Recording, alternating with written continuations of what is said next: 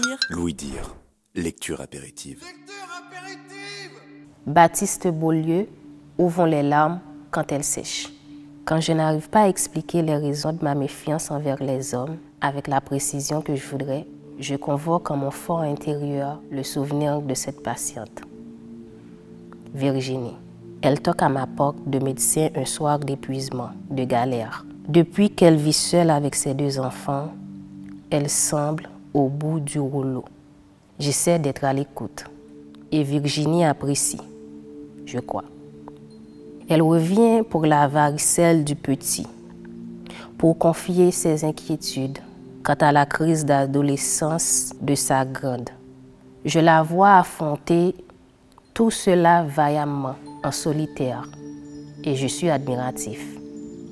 Virginie ne baisse jamais les bras. Alors moi, je veux être sûre qu'elle ne se sente pas trop seule à se battre. Je connais d'autres mères célibataires. La solitude, l'isolement, autant de cailloux dans leurs chaussures qu'un médecin de famille doit surveiller. J'essaie d'être présent pour elle. Ai-je mal géré la distance entre la patiente et le soignant? Un jour où elle n'est pas bien, où elle pleure, j'entoure en rouge mon numéro de téléphone personnel sur une ordonnance. Appelez-moi si l'état du petit vous inquiète.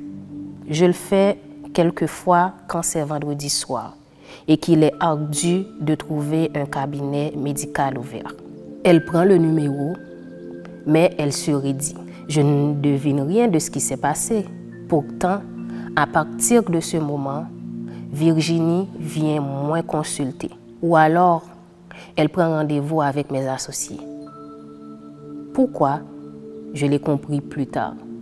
C'est un soir, je marche main dans la main dans la rue avec un garçon et je tombe sur elle. Virginie m'a vu, a vu mon compagnon, a eu l'air surpris, puis elle a passé son chemin.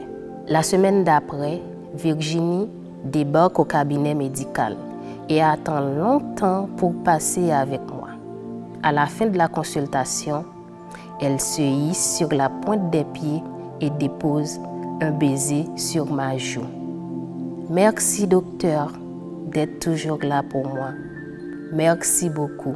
Soudain, je saisis avec une acuité fulgurante pourquoi elle a pris ses distances. Faut-il que les hommes soient lourds et calculateurs pour que la moindre preuve d'attention rende les femmes méfiantes? Faut-il que tu en aies soupé, chère Virginie, de la gentillesse intéressée des mâles?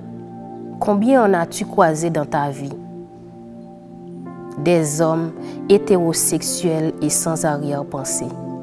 Faut-il qu'on ait usé de ta patience, de ta confiance pour te rendre ainsi prudente?